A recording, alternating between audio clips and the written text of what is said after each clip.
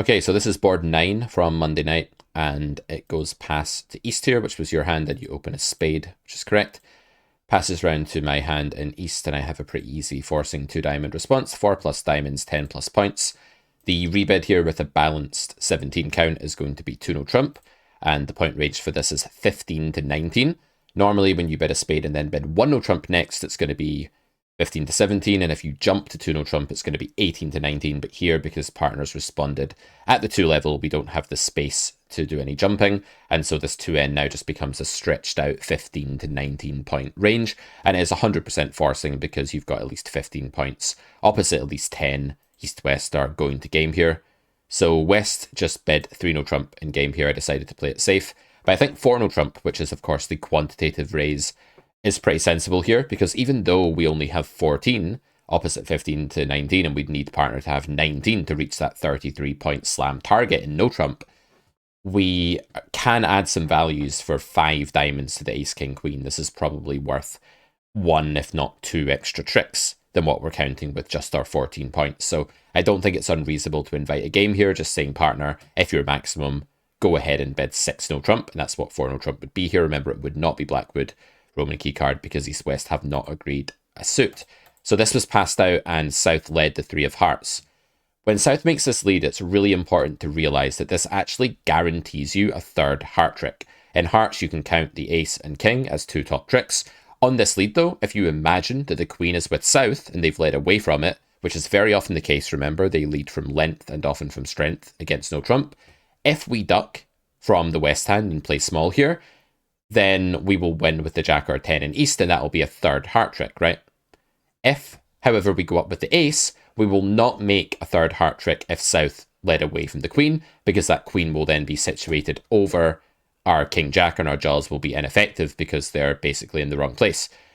If North has the queen and we play small, then we just beat it with the king and we promote the jack. So we make 3 heart tricks whatever happens here. They're basically taking a finesse against themselves when they underlead the queen of hearts here. Okay, they don't know that it's a bad lead, but this is very often a lead that costs the opponents a trick when they do this against your no trump contract. But you have to remember to play small from this hand here. And again, visualize where that queen could be. If North has it, we whack it with the king, promoting the jack. And if South has it, the jack is enough to win, and then we score the ace and the king later. Okay, so it's pretty simple when you lay it out like that. It sounds easy once you start visualizing it. Probably in game there, you're relying on a rule like unblocking when you went up with the ace here, which makes some sense, and it does make the hand easier to play, but it gives up a trick half the time, namely when South has the queen of hearts. So it's always good just to figure out what to play at trick 1 before you dive in and visualize where that queen could be. So now that we've figured out that we're actually guaranteed 3 heart tricks here, we can go ahead and count our top tricks. We have 1 spade, 3 hearts is 4, 2 clubs is 6, and I'm going to count 5 diamond tricks here. The jack, the queen, the king, the ace, and then a 5th diamond trick for length, because when you have 7 of a suit, unless that suit is going to break 5-1, you're going to score the 5th diamond. 5-1's a very unlikely break. 4-2 and 3-3 are much more likely, and they're going to happen the vast majority of the time. So it's very likely that we have 11 tricks here. 1 spade, 3 hearts is 4, 2 clubs is 6, and 5 diamonds is 11. We have that many tricks as long as we make sure that we don't mismanage our entries.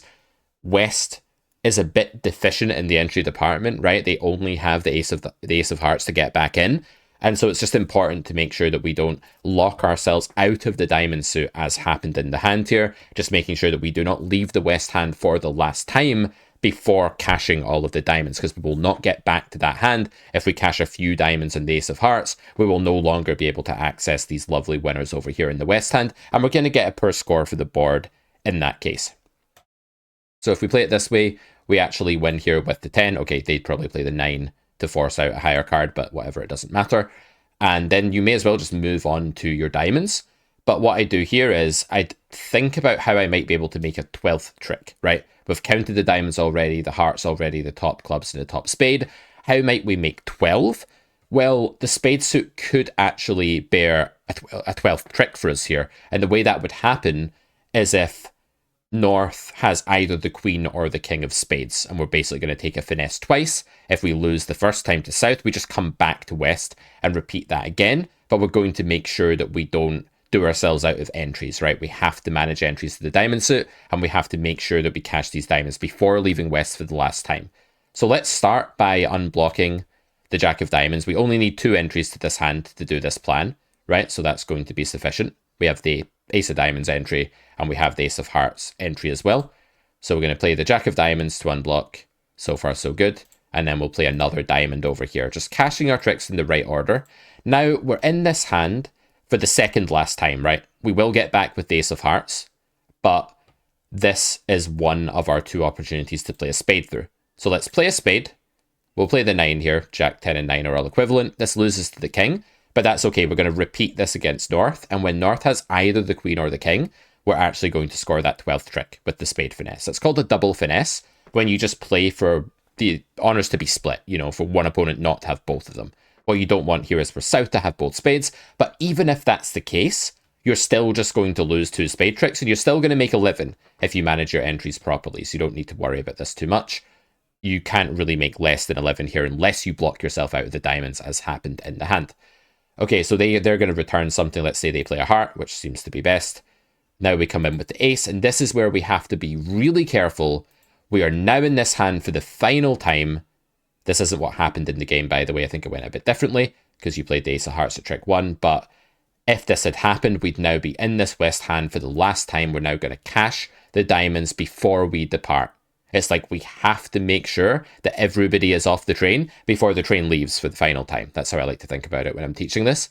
So we need some discards now. It doesn't really matter. Let's throw this club. It's probably not going to turn into anything. Let's go ahead and cash the rest of the diamonds. We've just learned the break, by the way. The diamonds have broken 4-2. So we now know that South is about to play their very last diamond. There we go. And we know the 9 of diamonds is good. Very important that we cash that before we leave this hand. And now, as long as our spade finesse is going to work, we're going to pick up the rest of the tricks. So we play that last spade. And now you can see that North is basically screwed either way. If they go up with the queen, we whack it with the ace. If they play small, we play the jack. We've taken this finesse twice, right? Because we're basically saying, North, please have one of the spades. Just have one of the spade honors. And then we're going to make 12. And now we can claim our hand is good. Ace, king. And that is going to be 12 tricks. So that is how you make 12 tricks here. Let's quickly summarize.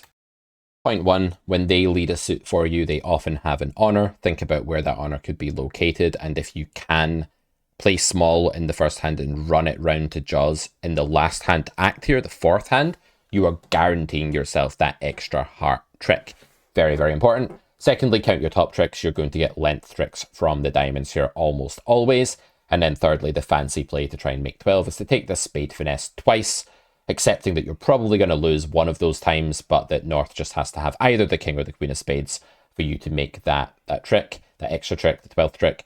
And I guess the last thing to add is manage your entries. Just be very conscious about when you're in a hand for the last time, and make sure that you have cashed all of the goodies in that hand before you embark, for the final time. You will not come back to the west hand after that Ace of Hearts is gone. So start stressing in your head, like, when is it the final departure? When is that train leaving for the very last time? All right, hope that's useful. 3-no trump, that's how you make 12.